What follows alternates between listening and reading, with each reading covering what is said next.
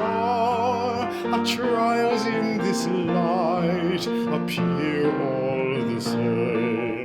Gather in peace, gather in thanks, gather in sympathy now and then, gather in hope, compassion and strength, gather to celebrate once again, gather the spirit of heart and mind, seeds for the sowing are laid in store, nurtured in love and conscience refined, with body and spirit united once more.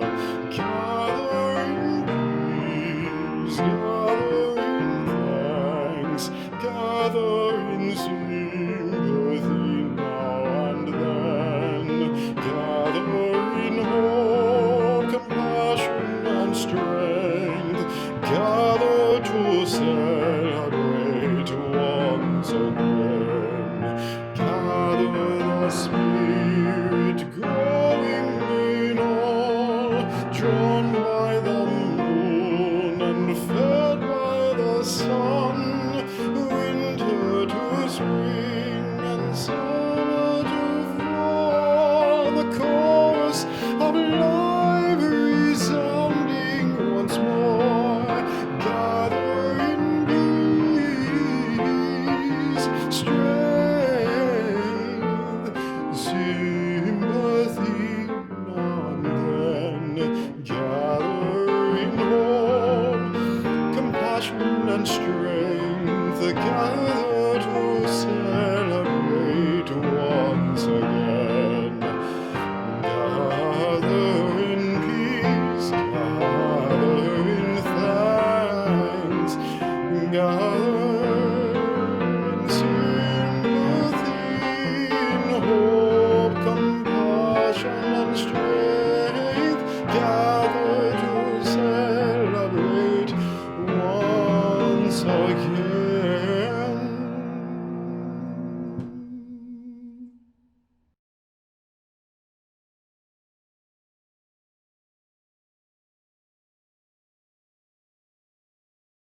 One of the things that unites Unitarian Universalists across the country and across the world is the ritual of lighting the chalice.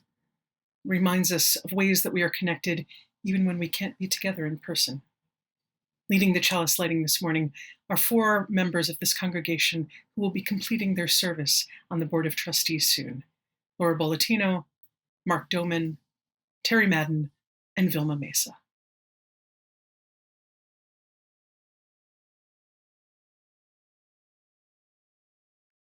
We light this chalice for the light of truth. We light this chalice for the warmth of love. We light this chalice for the energy of action. We light this chalice for the harmony of peace. For Unitarian Universalists, covenant is what binds us together. The promises that we make about how we will be together, how we will treat each other, our commitment to building relationship, maintaining relationship, and when necessary, mending relationship. We renew these promises every week through the common recitation of our covenant. And so I invite you to join me in that practice by saying the words that will appear on your screen. Together let us say, "The spirit of this church is love, and service is its law. This is our covenant with each other, to dwell together in peace, to search for truth in love, and to help one another."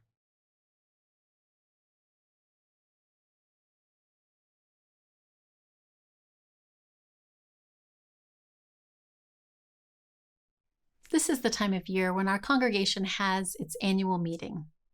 It's an important time for us to hear about what's going on in the various programs and ministries, to share ideas, hear from our leaders, and sometimes make important decisions about everything from calling a new minister to voting to becoming a sanctuary congregation. Of course, often in these meetings, we have critical conversations which bring in different people with different ideas. Having these conversations is central to what it means to be in community. But of course, the pandemic this year has added a new level. I know from my own life and from talking with many of you that the number and intensity of important conversations that we're having in our lives has gone up exponentially. This is because we're all just dealing with a lot. Many of us have spent too much or too little time with our loved ones over the past several weeks, which has strengthened some relationships, but it has tested or even broken other relationships. Many of us are trying to create a new work-life balance, or deal with changing job duties, or grieve the loss of a job altogether. Many of us are coping with physical or mental health issues, or the physical or mental health issues of our loved ones. And to top it all off, we're all dealing with an unprecedented amount of fear and uncertainty, which means we're often not bringing our best selves to these hard conversations that we keep having. During these challenging times, it can be important to remember the wisdom of the Universalist minister Hosea Ballou, who preached during the late 1700s and early 1800s. He wrote, "If we agree in love, there is no disagreement that can do us any injury. But if we do not, no other agreement can do us any good. Let us endeavor to keep the unity of the Spirit in the bonds of peace." Ballou reminds us that how we are together and what we're striving toward is more important than the specific content of any conversation. Another way to think about this is to understand the 3 key steps that many mediators and conflict resolution experts teach. These steps can help guide us in our community life and in our personal lives. The first step is to focus on the larger values and goals that each person in the conversation shares. The authors of the book Crucial Conversations call this creating a pool of shared meaning. When we focus on the specific wants of each person, and those wants come into conflict with each other, it can be easy to think that the only way out is to create a win-lose solution, or to create a compromise that doesn't leave anyone happy. But when we can get to the goals and values that are underneath those wants, we're more likely to find common ground and open up new possibilities, new solutions that we hadn't thought of before. The second step is to engage in conversation with mutual care and respect. It's just human nature that these kinds of conversations are often very personal and emotionally charged. When we feel threatened in any way, even if it's just emotionally threatened, we go into fight or flight mode and act out.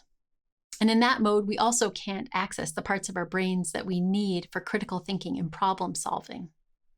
The more that we can create emotional safety for one another, the more likely it is that we can get through even the hardest conversations.